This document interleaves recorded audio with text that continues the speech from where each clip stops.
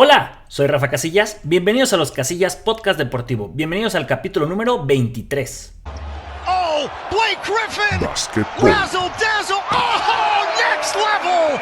Kevin Durant! The Rocket- Y ya tenemos campeones del NBA en esta temporada 2024-2025 y son nada más y nada menos que los Thunder del OKC, de Oklahoma City. Así es, primer campeonato que consigue esta franquicia bajo el nombre de Thunder.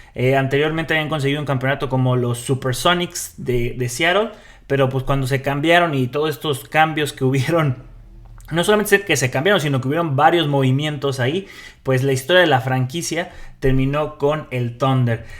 Una final que desde el 2016 no nos llevaba a lo que era el séptimo juego, que algo muy interesante. La última vez que sucedió fue en aquella temporada cuando fueron los Caps contra el Golden State.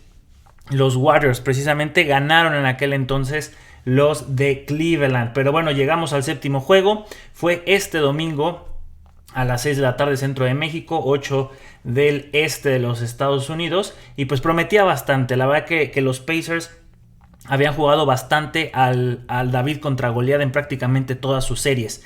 Y habían llegado pues con el más fuerte de todos. Muchos esperaban que la final fuera OKC contra Cleveland, porque los Caps habían hecho una excelente temporada y claro que se merecían llegar a la final, pero esto no se trata de merecer, se trata de ganarse su lugar.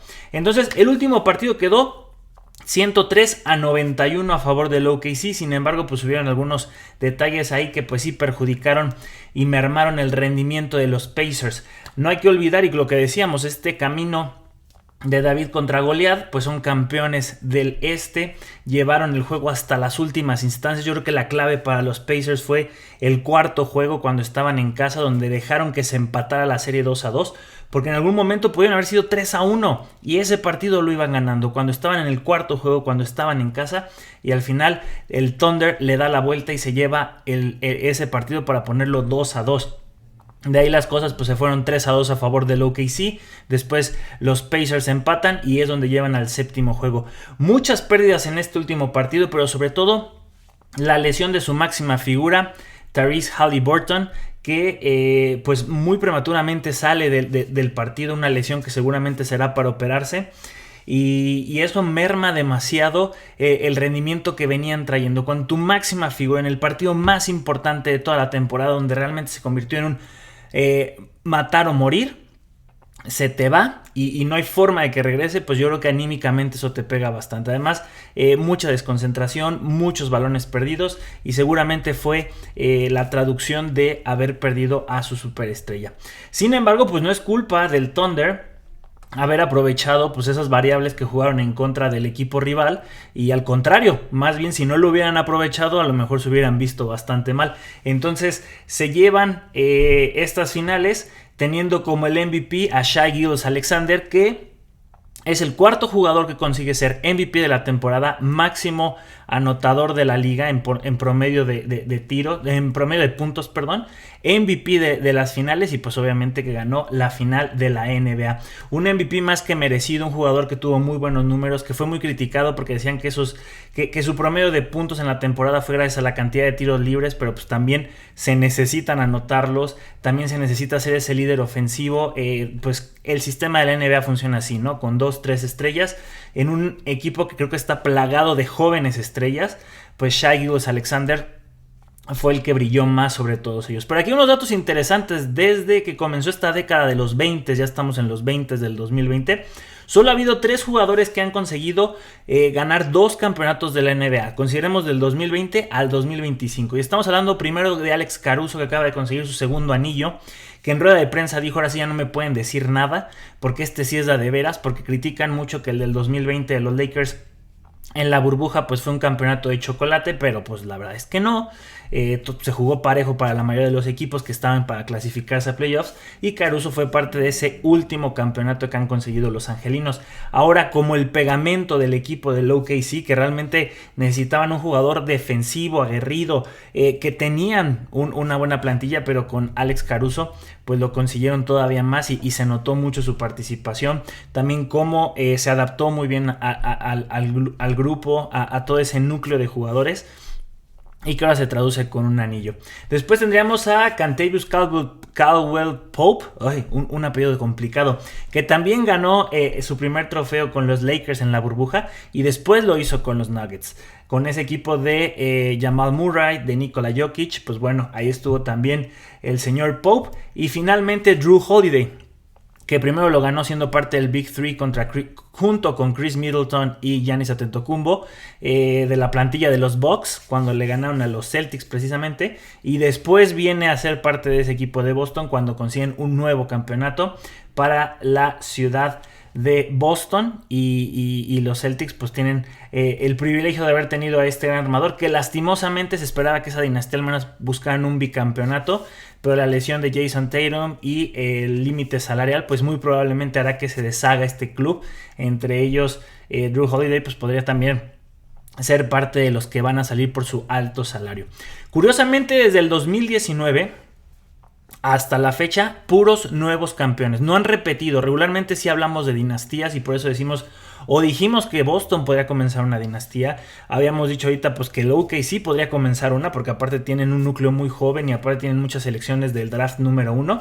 Pero no ha sucedido, por X o Y razón, no logran repetir. La última vez que se consiguió precisamente fue antes del 2019, que fue en la 18-17, cuando lo hicieron los Warriors.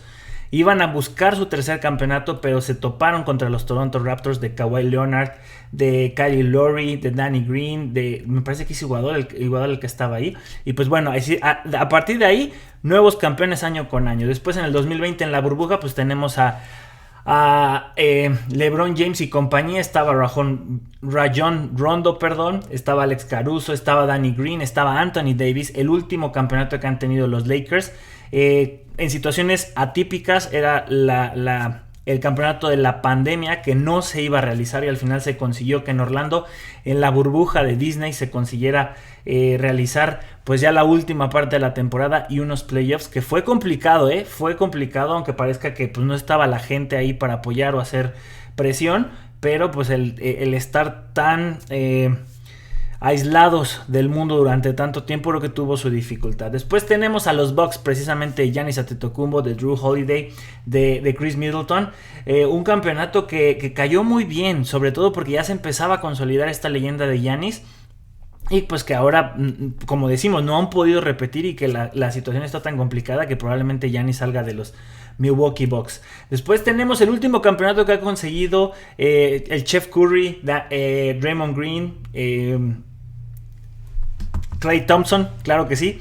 Y se me fue el otro más bien es Iguodala, no, el otro era Ibaka, el de los Toronto Raptors. Este es Iguodala, que los cuatro tienen 4 anillos y todos los consiguieron con Golden State. La verdad es que fue... esta fue la final que le ganaron a... ¿Quién le ganaron esta? No, esta fue a Boston, más bien fue la de los Bucks fueron contra los Suns, sí es cierto, gracias por corregirme, cerebro. Después tendríamos el título de Nikola Jokic, el jugador más alegre de ir al trabajo, con los Denver Nuggets, un campeonato que también venía muy trabajado, que venía con una plantilla pues que realmente cargó el serbio, pero que los demás hicieron su chambita, y pues enhorabuena también para ellos, porque la verdad que fue un título muy muy codiciado por esa ciudad. Ahora sí tenemos a los Boston Celtics, que venían de perderlo 2 años antes, precisamente en esa final contra el Chef Curry, pero que logran ahora sí el título, y ganándole a los Dallas Mavericks de Kyrie Irving y Luka Doncic, que se esperaba que ese equipo se mantuviera para esta temporada y que pudieran buscar hacer algo. Lastimosamente pues cambian a Luka Doncic a los Lakers, lastimosamente entre comillas, porque pues yo le voy a los angelinos, pero pues también es un proyecto que se deshizo. Ahorita pues ya lo del draft es otra situación, pero los Celtics, que se convierten en el equipo más laureado de la historia de la NBA. Y ya finalmente en esta temporada, que la verdad yo creo que muy pocos veían venir esta final, los Pacers contra el Thunder. A lo mejor los de Oklahoma City venían teniendo una buena temporada y podrían a lo mejor dirían uno, pues sí tiene más chance de llegar, o sea, a lo mejor sí está dentro de los candidatos. Pero Indiana, la verdad es que muy pocos hubieran apostado por él, sobre todo porque estaba en una conferencia donde venían más fuertes los Knicks, los Cleveland Cavaliers, y estos señores los eliminaron a ambos. Entonces, una final que también nadie veía venir, pero que en fin, aquí viene el nuevo cuestionamiento y la misma pregunta que yo les hice la temporada pasada. ¿Ustedes creen que el Thunder tenga la capacidad de volverse una dinastía, no solamente yendo por el bicampeonato, sino yendo por un tricampeonato. La última vez que un equipo lo consiguió fue al inicio del milenio, en el 2000, 2001 y 2002, con los Lakers de Shaquille O'Neal y Kobe Bryant. Ya comenzó a moverse el mundo del mercado de la NBA. La verdad es que con la noticia de que Kevin Durant ya se vaya a los Rockets Houston, pues me hizo un poco de nostalgia el pensar que estas tres leyendas de las que vamos a platicar pues ya casi se van a retirar, pero pues no tienen más que ganas de hacer tal vez un last dance. Entonces comenzamos con Kevin Durant, si lo recordamos, su mejor época sin lugar a dudas, a pesar de que en el Thunder precisamente lo que no pudieron hacer James Harden, Russell Westbrook y Kevin Durant en el OKC, pues ya lo consiguió hacer Shai Gilgeous-Alexander y compañía, pero él sí consiguió 2 anillos de la NBA con los Golden State Warriors, que eran los Monsters en aquel entonces cuando jugaban. Yo recuerdo cuando jugaba NBA 2K, era el equipo que tenías que vencer, no lo escogías, sino tenías que hacer un equipo que pudiera vencerlos en el modo carrera y en cualquier modo que quisieras jugar. Pero bueno, ahí fue campeón de la NBA, 2 veces MVP de las finales. Después se va a los Nets de Brooklyn, intentando hacer un proyecto fuera del apapacho que tenía con los Warriors, donde él iba a ser la superestrella, donde todo iba a girar alrededor de su proyecto. Lesiones, le trajeron grandes compañeros como Harden y Kyrie Irving, jamás se entendieron, muy pocos juegos juntos, y cuando realmente estaba sano, hasta por ser muy patón, por eso quedaron eliminados en alguna ocasión. Después se va el proyecto de los Phoenix Suns, porque tampoco se entiende con los Nets, y ahí con los Phoenix Suns, con Devin Booker y con Bledsoe, parecía que iban a tener un buen proyecto. Al final el tercero que estábamos hablando pues también se la vivía lesionado.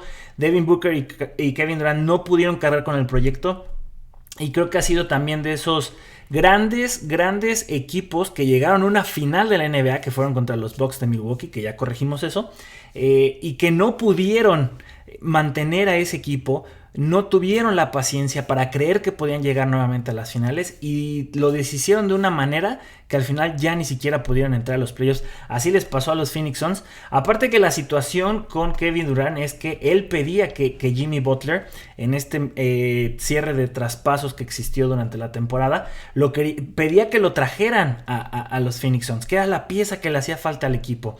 Aquí lo interesante es que la directiva de los Suns decidió ponerlo sobre la mesa a Kevin Durant, y como sí se enteró, pues les dijo, ¿saben qué? Cámbienme, yo no quiero seguir aquí, y pues al final se consiguió. Me parece que ha sido un gran movimiento por parte de los...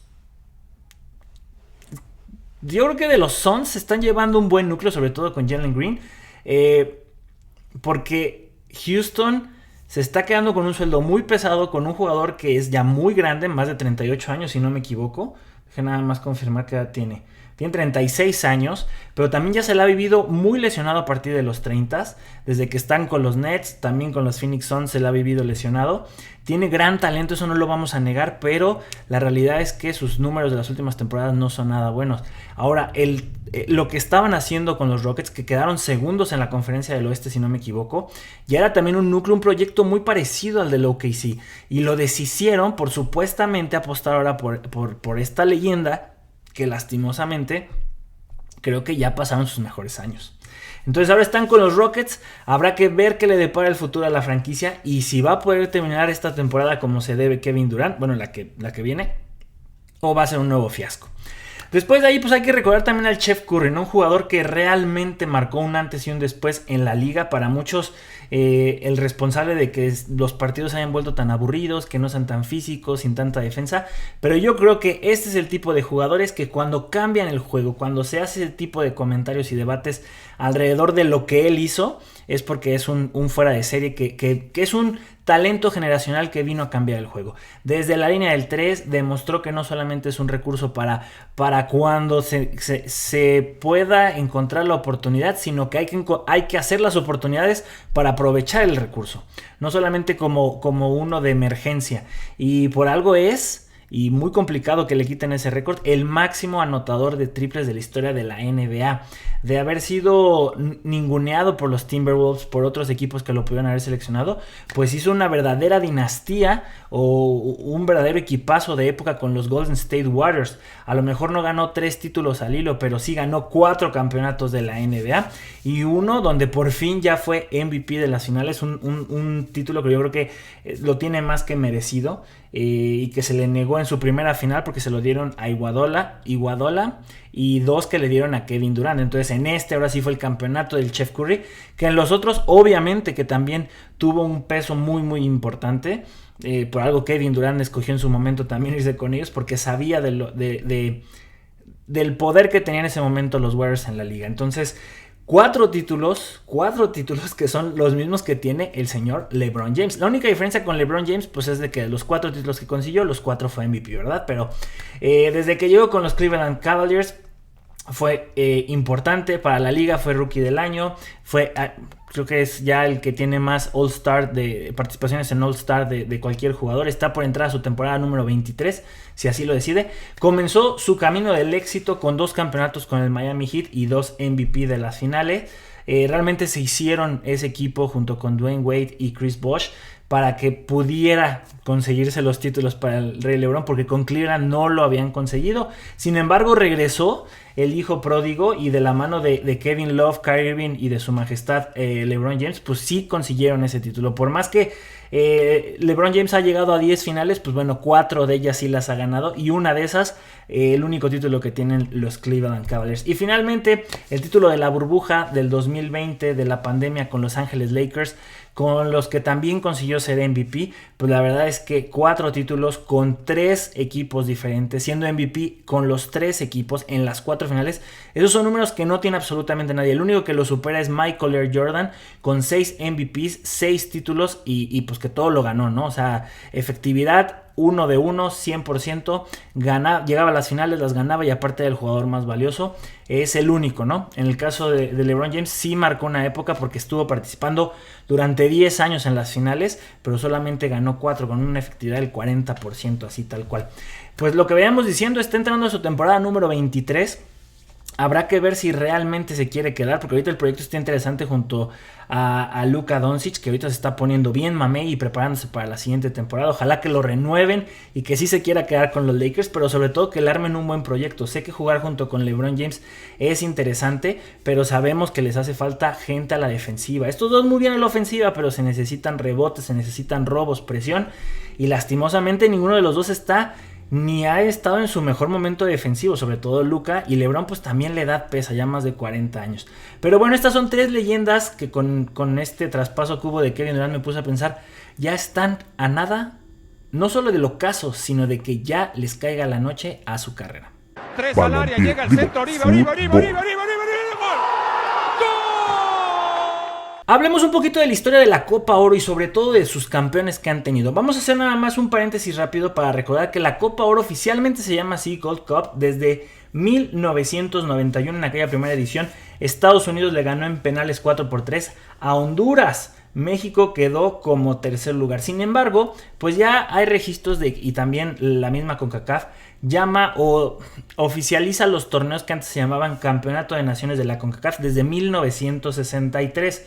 De ahí, pues de que hay varios campeones que pues podrían parecer que ¿cómo que fueron campeones de la Copa Oro?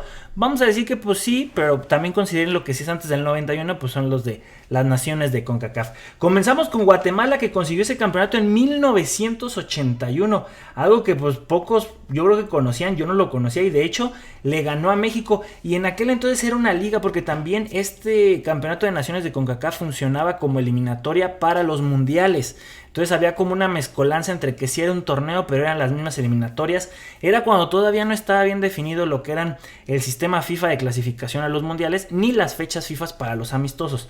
Tengan en consideración eso, pero Guatemala una vez campeón de este torneo. Después tenemos a Haití, que en 1973 ganó este trofeo, que había un hexagonal, lo que ahora se conoce como el hexagonal, pero había un hexagonal que era parte de ese campeonato de naciones de la CONCACAF, y con eso clasificaron al mundial de 1900, si no me equivoco, 74. Sí, al año siguiente ganaron el 73 y se clasificaron al mundial del 74. Después, en el 81 lo ganó Honduras, que aparte se clasificó al siguiente mundial, que creo que a ese no se clasificó México. Pero bueno, ¿qué tal? Honduras sí se clasificó, y pues yo creo que es el trofeo más importante que tiene la selección hondureña. Después Canadá, que ellos ya la ganaron tanto en 1985 cuando era las naciones de CONCACAF, como en el 2000 ya siendo Copa Oro. 2 trofeos tienen de este trofeo, de este torneo de podría ser un Norseca, del norte, centro y Caribe, los vecinos del más al norte. Después Costa Rica, ellos no han ganado una Copa Oro como tal, pero sí la de Naciones. Ganaron la del 63, la del 69 y la del 89, o sea, ganaron la última edición antes de que cambiaran al formato conocido como Copa Oro. Después tenemos a la escuadra de las barras y las estrellas, Estados Unidos, con 7 campeonatos. Ellos sí los empezaron a ganar a partir de que cambió el formato a Copa Oro, del 91, en el 2002, 2005, 7, 13, 17 y 21. Aparte de que sabemos de que ya esta copa pues se hace sí o sí en Estados Unidos, que también ese es un tema que es el único trofeo de una confederación que se juega exclusivamente en el mismo país en todas las ediciones. Estados Unidos siempre va a decir que es porque pues aquí es donde se hace más lana y les va a tocar más mochada del pastel a todos los que participen, pero pues seamos también realistas, la ventaja la tienen ellos, a pesar de que México también juega como local la mayoría de las veces, pero Estados Unidos siempre en su cantón. Y finalmente la selección nacional mexicana, el tricolor, la selección azteca, con 12 copas oros. Tiene la del 65, 71 y 77, que serían copas de naciones de la CONCACAF. Y a partir del 93, 96, 98, 2003, 2009, 11, 15, 19 y 23 ya son Copa Oro. 12 y está ahorita como el vigente campeón buscando revalidar su título, buscando el bicampeonato, porque pues ya antes lo había ganado Estados Unidos, ahora México. Vamos a ver quién se lleva esta Copa Oro, que para serles sincero el nivel está medio pobrezón y México pues también no se ayuda mucho. Hablando de selección nacional mexicana, vamos a platicar de Hugo Sánchez, del macho, del mero mero, del pentapichichi, tal vez el jugador mexicano con más talento que ha existido. Sin embargo, en mi humilde opinión, yo lo pondría solo por debajo de un escalón de Rafa Márquez, precisamente por selección nacional. Sí, también porque ganó la Champions League Rafita Márquez y también fue figura en el Barcelona, perdón. Y Hugo Sánchez hizo grandísimas cosas con el Real Madrid. No se puede negar que su aportación a los merengues también fue muy grande. No ganó la Champions, pero haber sido pentapichichi, que uno fue con el Atlético de Madrid, 4 fueron con el Real Madrid, pues también se tiene que entender así la historia. Pero sí les hizo cambiar a los españoles la forma en la que veían a Hugo Sánchez. No estoy demeritando sus grandes logros en clubes, sin embargo, en selección nacional sí quedó muy a deber. Sus números ahorita los vamos a platicar. Sí están muy por debajo de lo que se esperaba de Hugo Sánchez y sin embargo son muy interesantes porque está en el top 10 de goleadores de la selección mexicana. Él fue debutado en 1977 en la convocatoria de José Antonio Roca. Fue un 27 de septiembre. Pues un debut que pues ahí fue avanzando y con eso pues pudo ir a la Copa del Mundo de Argentina 1978. Jugó 90 minutos en la derrota 3-1 contra Túnez. Después de eso pues ya... precisamente, miren la fotito aquí ya más chavito de Hugo Sánchez en Argentina 78, en aquel primer campeonato que ganaron los argentinos, si no me equivoco, ¿verdad? Sí lo ganaron ellos.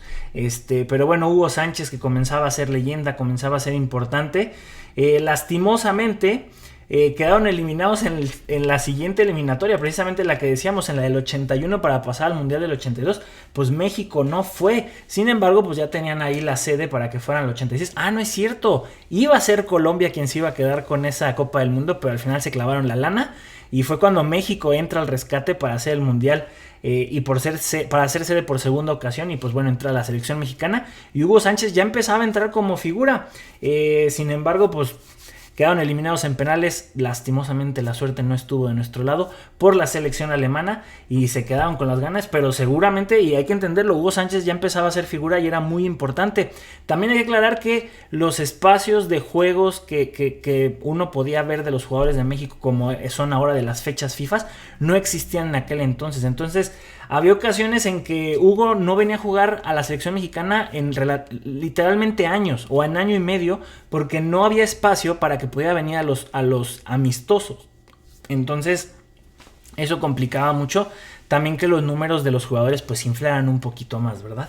Entonces llega el Mundial del 86, quedan eliminados también aquí en cuartos de final y anota un gol de cabeza en la victoria 2-1 sobre Bélgica. Y después ya viene, bueno, sabemos que son eliminados en cuartos de final, y después ya viene el tema de los cachirules, donde México es vetado para la Copa del Mundo de Italia 90 y pues ni modo, Hugo se tiene que quedar sin copa, ya ni siquiera había la clasificación, ni siquiera entraron al hexagonal y se tiene que esperar hasta el Mundial del 94 en Estados Unidos, donde ya empezaban a haber roces con diferentes personalidades de la selección, entre ellos algunos directivos, pero sobre todo con el entrenador Miguel Mejía Barón, que en el partido donde iban a enfrentarse para los octavos de final, pues ni siquiera él lo mete, y tuvieron sus roces y tuvieron sus situaciones. No jugó lo que debía jugar cuando era el jugador más importante, porque realmente pues no se entendió con el entrenador, y es complicado. A lo mejor cuando uno ya tiene las dos caras de la moneda, cuando uno ya fue jugador y ya fue entrenador,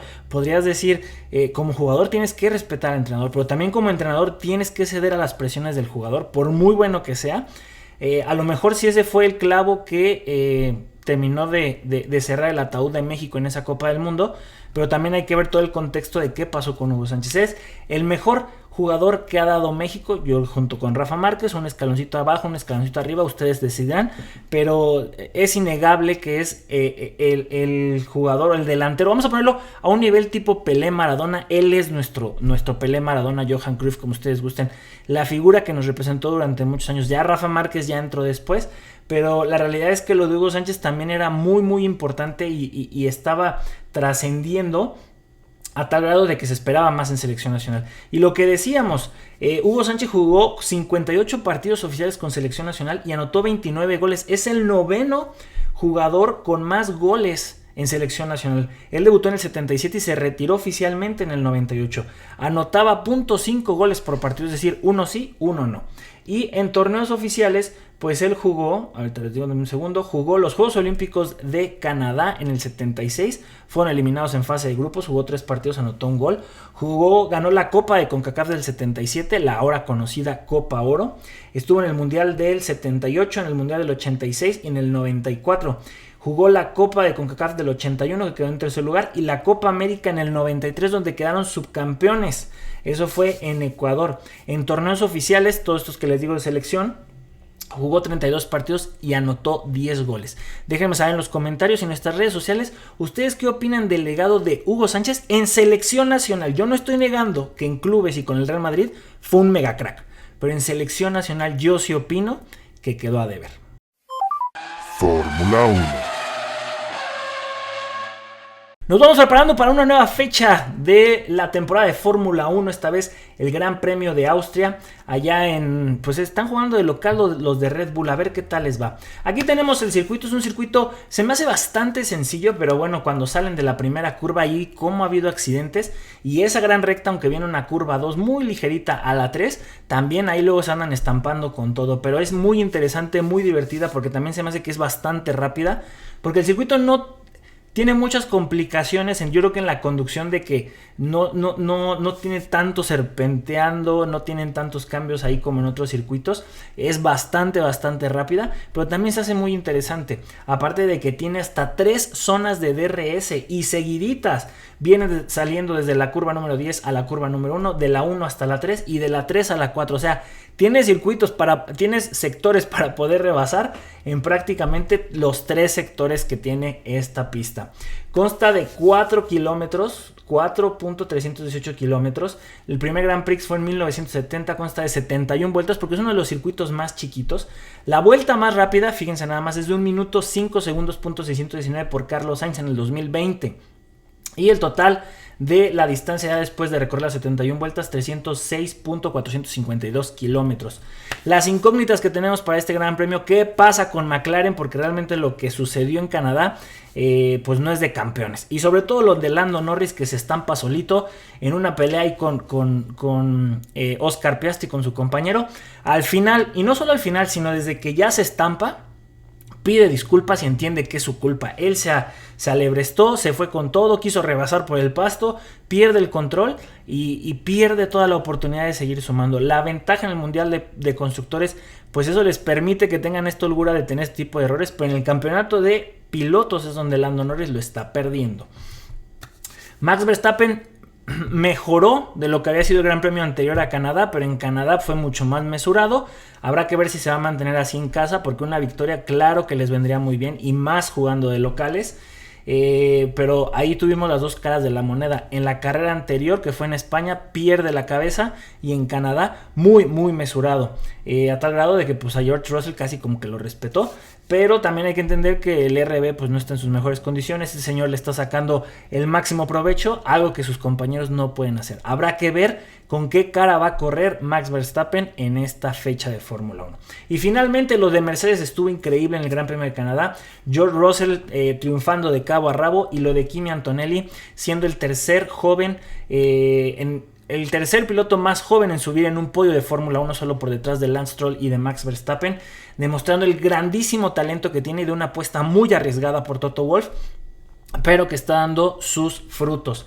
La verdad que las Seatas de Plata la rompieron en Canadá y esperemos que mantengan ese ritmo por el bien del campeonato, para que sea más emocionante, más cerrado, aunque McLaren les lleva muchísima ventaja, pero ya sabemos que existen las debacles en este deporte. Así está el Mundial de Pilotos. Los dos McLaren arriba, la distancia de Piastri pues se amplió un poquito más con la última fecha.